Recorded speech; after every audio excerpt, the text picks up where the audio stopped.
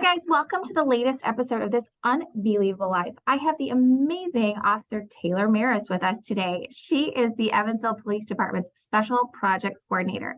So I've asked her on today to kind of talk about what her role with EPD is, and then also fill us in on cops connecting with kids. Taylor, take it away. Yeah. So first, thanks for having me and letting me represent the Evansville Police Department and Cops Connecting with Kids. I joined the police department in 2015 and worked patrol as everybody starts out. And then 2 years ago, I began the position of Special Projects Coordinator, which was a fairly new role. Now, Assistant Chief Phil Smith, he was injured when he first came on the department, and they saw in him that, he's a very good communicator. He's very good in the community. And they kind of reintroduced this role, which we previously had it, which not many people realize.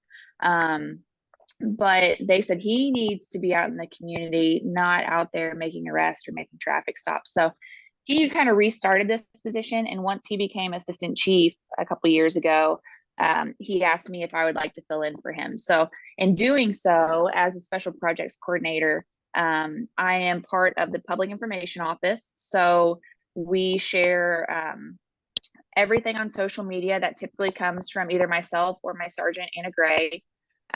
We do press releases. We share body cam footage, redact it for the media.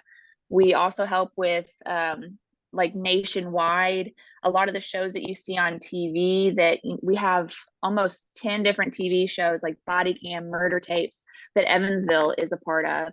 And so that funnels through our office, collecting all that body cam footage and sending it off to these national companies to broadcast us. We also spend a lot of our time in the community, which is where Cops Connecting with Kids comes into play. We just went this past last week of January, and it was my third time going. And my sergeant's been more than I have, but people like Phil Smith, Jason Cullen, they have been there from day one. And they are the people who really are the bulk of what makes Cops Connecting with Kids, Cops Connecting with Kids. It all started back in 2014. The EVSC actually was taking a group of kids, and they didn't have enough male chaperones. And so they asked the police department if they could provide any. And in doing so, Phil was there, I think Jason was there, and maybe one other person. It might have been Chief Boland. But while they were there, they said, I think we can do this. I think the police department can do this. And so they came back and started a plan and created Cops Connecting with Kids and kind of took that over from EVSC. And now we have taken almost 500 students since 2015 to Disney World. And a lot of people, say, how is a police officer able to do that? Who pays for it? How much, time does a police officer get off to do that?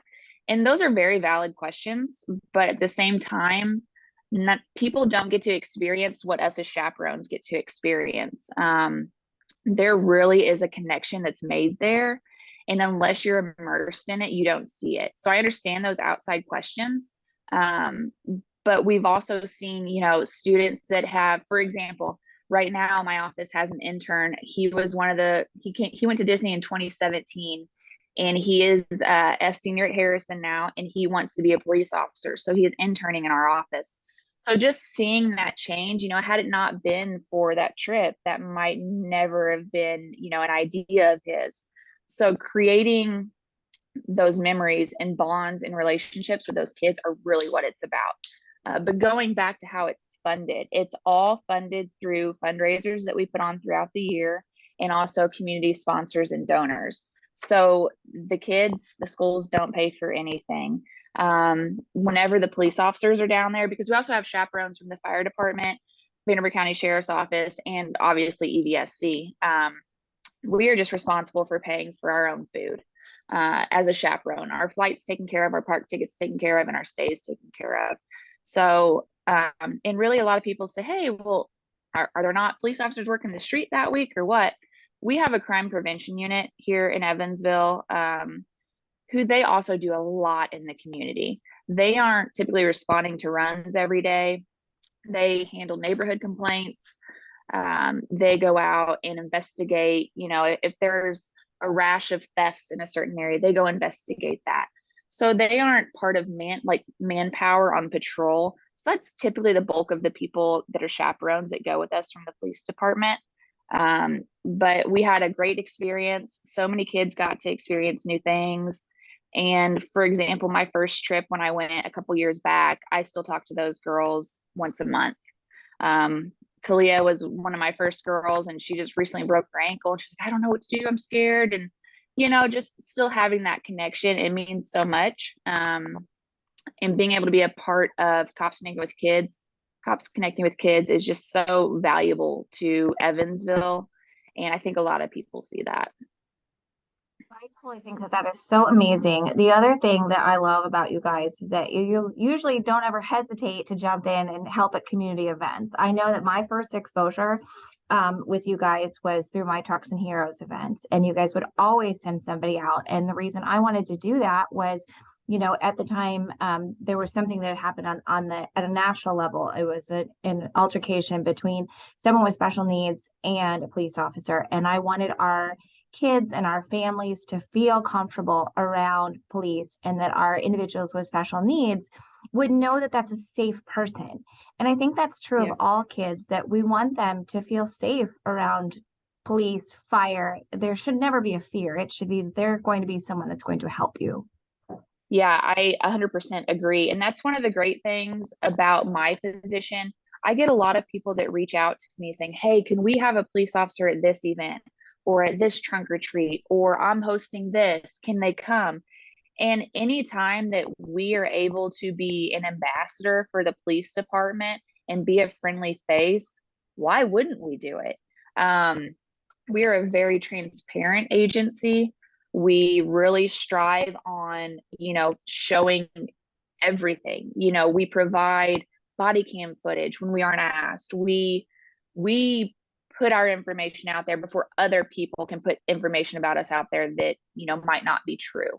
But going back to being in the community, we last year about this time, I started working with Optimal Rhythms in Newburgh, who does a lot with nonverbal speaking students, specifically people with autism.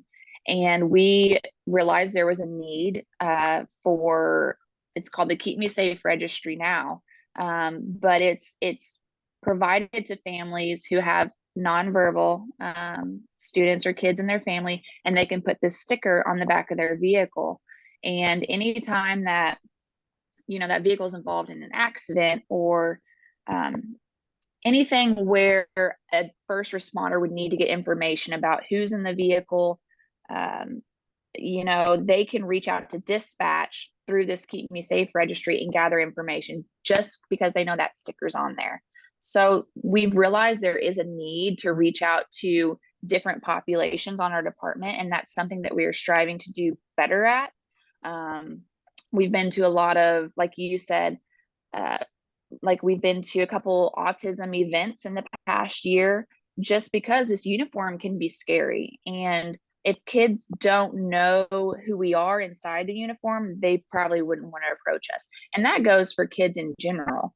They hear things or see things on TV, they see the uniform and associate it with what they've heard, whereas they may not have ever met an actual person that wears a uniform. So anytime that we have an opportunity to introduce ourselves as humans, not police officers, to people in our community, we soak it in. Any opportunity, we love to be there.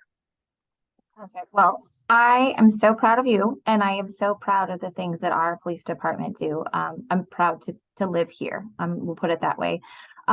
So thank you so much for being on today's show. I know we're going to have some follow-up questions, and we're definitely planning some follow-up podcasts, but thank you for the information you shared with us today.